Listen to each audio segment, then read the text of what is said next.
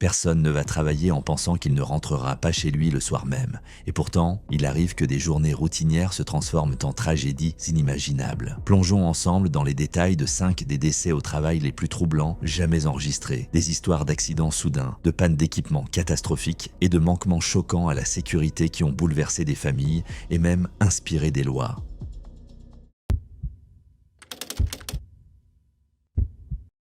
Le matin du 24 avril 1998, un jeune homme franchit les portes du port de Shoreham dans le West Sussex pour commencer son tout premier jour de travail en tant qu'ouvrier temporaire. À seulement 24 ans, Simon Jones était brillant, ambitieux et déterminé à joindre les deux bouts pendant sa pause dans ses études. Ce qui aurait dû être une journée de travail ordinaire est devenu un événement dévastateur qui a révélé les conséquences brutales de la négligence et des pratiques de travail dangereuses. Simon, étudiant à l'université du Sussex, était reconnu pour son esprit vif et son engagement envers les causes qu'il défendait. Cependant, au cours de son année sabbatique, il a dû faire face à une pression croissante de la part du Centre pour l'emploi afin d'accepter un travail, sous peine de perdre ses allocations. Cette exigence l'a contraint à s'inscrire auprès de Personnel Selection, une agence d'intérim qui avait pour obligation légale d'assurer la sécurité de toute mission qu'elle organisait. Au lieu de cela, Simon a été envoyé au quai de Romain à Shoreham sans que les conditions de travail ni les risques encourus n'aient été vérifiés. Simon n'avait jamais mis les pieds à l'intérieur d'un cargo. Il n'avait reçu aucune formation, n'avait aucun équipement de protection et ne possédait même pas l'article le plus élémentaire, un casque. Euromain, la compagnie maritime en charge de l'opération, lui a ordonné de descendre dans la soute du Cambrook, un navire polonais amarré ce matin-là. Sa tâche consistait à aider à décharger des sacs de pierre et de granulats en vrac, une opération nécessitant des machines lourdes et une adhésion stricte au protocole de sécurité. Mais ces mesures de sécurité étaient inexistantes. Au-dessus de la tête de Simon se trouvait une benne mécanique de 2 tonnes, une pince de grue conçue pour soulever des quantités massives de matériaux. Cette benne n'était pas destinée au type de cargaison emballée déchargée ce jour-là. Pourtant, quelques semaines plus tôt, le directeur général d'Euromain, Richard Martel, avait ordonné de souder des crochets à l'intérieur des mâchoires de la benne. Une solution de contournement pour éviter le temps nécessaire pour passer à la tâche de crochet appropriée. Il en résultait un système dangereux où les travailleurs étaient forcés de se tenir en dessous et entre les mâchoires ouvertes de la benne tout en attachant des chaînes au sac de cargaison. Ce matin-là, vers 10h15, moins de 2 heures après le début de sa première journée de travail, la catastrophe l'a frappé. Le grutier, Jim Harris, ne pouvait pas voir dans la soute et comptait sur les signaux d'un marin polonais inexpérimenté qui faisait office d'homme de pont. Dans la cabine, un levier très sensible qui contrôlait la benne a été accidentellement activé en se prenant dans les vêtements du grutier. Les mâchoires se sont refermées en un instant, causant des blessures fatales qui ont coûté la vie à Simon sur le champ. Il est mort immédiatement de fracture du crâne, avant que quiconque autour de lui ne puisse réagir. Des témoins ont décrit l'accident comme étant si soudain qu'ils n'ont même pas réalisé ce qui s'était passé avant qu'il ne soit trop tard. La mort de Simon aurait pu être évitée. Il n'aurait jamais dû être envoyé dans un environnement aussi dangereux sans formation, sans équipement de protection et sans supervision. Les enquêtes ont révélé que Romain et Personnel Sélection avaient manqué à leurs obligations légales. Pourtant, l'attribution des responsabilités s'est avérée difficile. Dans un premier temps, le ministère public a refusé d'engager des poursuites pour homicide involontaire, invoquant l'insuffisance de preuves. Ce n'est qu'après un contrôle judiciaire que cette décision a été annulée, conduisant à un procès à l'Old Bailey. Devant le tribunal, les procureurs ont fait valoir que la mort de Simon était le résultat direct d'une négligence grave, pointant du doigt le système dangereux de Martel et le mépris de Romine pour les procédures appropriées. Cependant, le jury a acquitté Martel et Euromine d'homicide involontaire. L'entreprise n'a été reconnue coupable que de manquement aux règles de santé et de sécurité et condamnée à une amende de 50 000 livres, une somme que beaucoup considéraient comme largement insuffisante compte tenu des circonstances. Pour la famille de Simon, le verdict a aggravé leur deuil. C'est de cette détermination qu'est née la campagne commémorative Simon Jones. La campagne a attiré l'attention nationale par le biais de manifestations, notamment l'occupation du quai de Shoreham et des bureaux de Personnel Selection, et a exigé des protections plus strictes pour les travailleurs temporaires. La mort de Simon reste un puissant rappel du coût humain lorsque le profit est placé au-dessus de la sécurité. Son histoire continue de servir à la fois d'avertissement et d'appel à la responsabilité, car les vies humaines ont plus de valeur que la commodité et la réduction des coûts. Le matin du 23 octobre 2023, Nicholas G. Marks, 40 ans, se préparait pour ce qui aurait dû être une journée de travail ordinaire au-dessus des rues de Boston. Après des années passées à travailler en hauteur, suspendu à des centaines de mètres du sol, ce mardi matin allait prendre une tournure tragique et inattendue. Ce qui avait commencé comme un simple nettoyage de vitres s'est terminé par un accident catastrophique, mettant en lumière les dangers du travail en hauteur et les conséquences dévastatrices d'une défaillance d'équipement. Nick vivait à East Weymouth avec sa partenaire, Kristen, et leurs 2 jeunes fils. Père dévoué, il jonglait entre les exigences de sa famille et le travail physiquement éprouvant de nettoyeur de vitres, une profession qui exige de la précision, du courage et une confiance absolue dans les systèmes de sécurité. Ses collègues le décrivaient comme une personne expérimentée et fiable qui comprenait les risques liés au travail sur les gratte-ciel et qui abordait chaque journée avec prudence. En dehors du travail, Nick était connu pour son dévouement envers ses enfants et pour la stabilité qu'il apportait à son foyer, dont les ressources financières étaient limitées et qui dépendaient des revenus de son métier pour subvenir aux besoins de la famille. Ce matin-là, Nick s'est rendu au St. Summer Street, une tour de bureau de 32 étages et de 137 mètres de haut, située dans le quartier financier de Boston, pour nettoyer l'extérieur du bâtiment. Il est monté dans sa chaise de marin, se fiant à plusieurs lignes de sécurité conçues pour empêcher les chutes. Des images de surveillance ont plus tard documenté le moment de la catastrophe. Alors qu'il se préparait à commencer son travail, la ligne d'ancrage qui sécurisait son harnais a cédé de façon inattendue. Par une défaillance dévastatrice, une ligne de vie secondaire a également cédé, laissant Nick sans protection à une hauteur extrême. Il a heurté le parapet du bâtiment avec une force terrible, causant des dégâts visibles avant de poursuivre sa chute jusqu'au sol. Son équipement de sécurité et son matériel de travail ont été retrouvés sur les lieux par la suite. L'accident s'est produit juste avant 8 heures du matin, ce qui a provoqué une intervention immédiate de la police de Boston, des enquêteurs et du bureau du procureur du comté de Suffolk qui ont bouclé la zone à l'arrivée des secours. Les enquêtes de l'administration de la sécurité et de la santé au travail, OSHA, ont permis de déterminer que Sky Safety Inc., l'entreprise de nettoyage de vitres basée au Massachusetts, qui employait Nick, avait commis de multiples violations des règles de sécurité. L'entreprise a été citée pour 2 manquements volontaires, 4 graves et 2 récurrents liés à l'entretien de l'équipement et à la formation des employés. L'OSHA a noté que Sky Safety avait déjà un historique de manquement à la sécurité sous son ancien nom, High Rise Inc., avec des incidents antérieurs en 2013 et 2019 impliquant des cordes endommagées et une protection inadéquate des systèmes de descente contre les bords tranchants. Les administrateurs régionaux ont souligné que les employeurs devaient fournir une formation complète sur l'inspection des équipements de protection contre les chutes et l'entretien des systèmes de descente sur corde, en particulier lorsque les employés travaillent à des hauteurs extrêmes. Au lendemain de la mort de Nick, sa famille a fait face à un deuil profond, Kristen assumant l'entière responsabilité de leurs 2 garçons. Des proches ont organisé des collectes de fonds pour couvrir les frais funéraires et fournir un soutien de base à la famille. Les hommages ont afflué de la part de collègues et d'autres nettoyeurs de vitres qui ont reconnu les risques de la profession et ont pleuré la perte d'un père dévoué et d'un travailleur qualifié. Sa mort est devenue un rappel brutal des conséquences catastrophiques des protocoles de sécurité négligés, en particulier dans les lieux de travail en hauteur où un seul manquement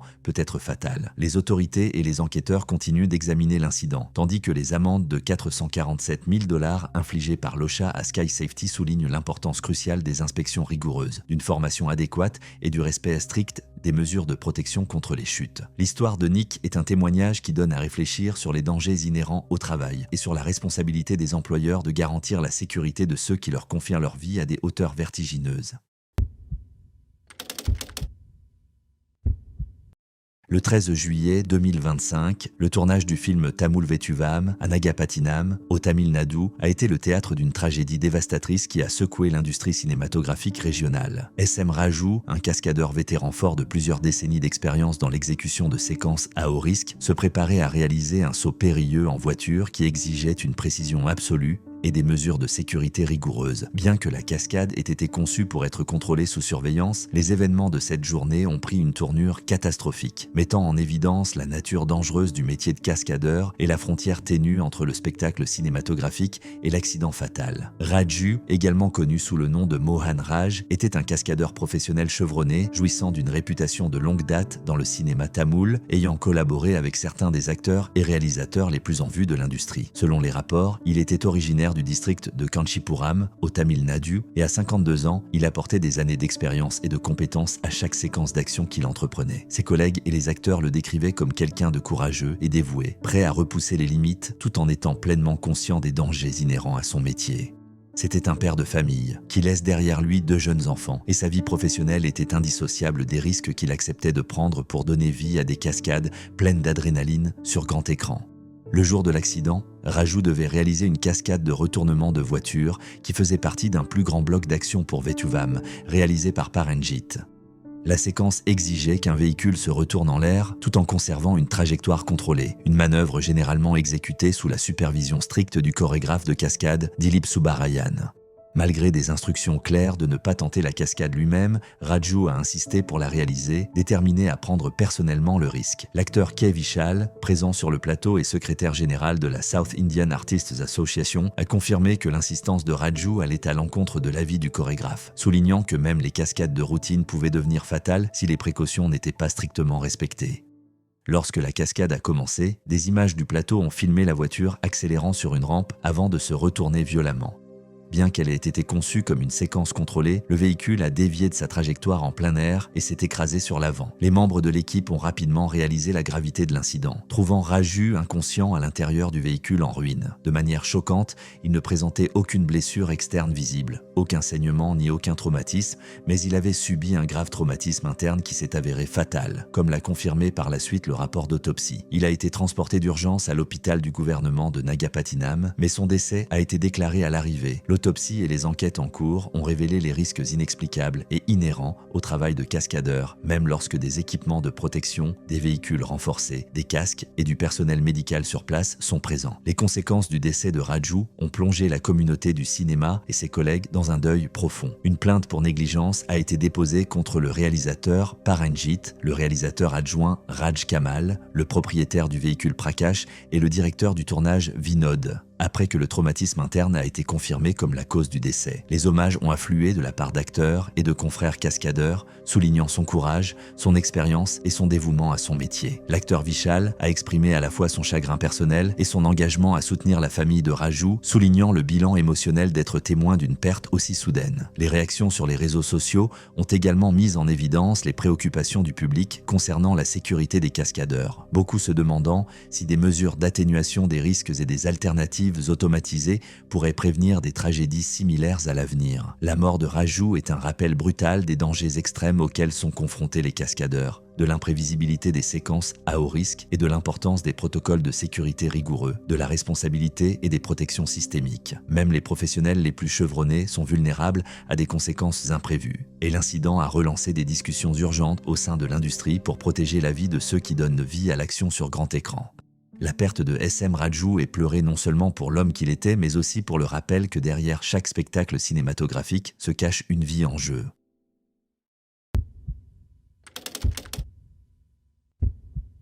En mai 2013, le parc animalier de South Lakes à Dalton-in-Furness, en Cumbrie, est devenu le théâtre d'une tragédie dévastatrice qui a profondément touché une famille, une communauté et l'ensemble de la profession zoologique. Sarah Maclay, une jeune et passionnée gardienne de zoo, y exerçait le travail de ses rêves en s'occupant de certains des prédateurs les plus puissants du monde. Reconnue pour sa nature méticuleuse et son amour des animaux, Sarah s'était consacrée à assurer le bien-être des grands félins dont elle avait la charge, abordant chaque journée avec une combinaison de compétences, de prudence et d'un enthousiasme sincère. Ce matin-là, ses tâches allaient aboutir à une série d'événements tragiques, laissant une famille en deuil et avec des questions qui allaient persister pendant des années. Sarah, 24 ans, était originaire de Glasgow, mais vivait à Barrow-in-Furness. Elle travaillait à plein temps au parc depuis mars 2011 et avait plus de 2 ans d'expérience dans la manipulation d'animaux dangereux, en particulier de grands félins. Ses collègues la décrivaient comme intelligente, attentionnée et très compétente, avec une affinité naturelle pour la faune qui la rendait parfaitement adaptée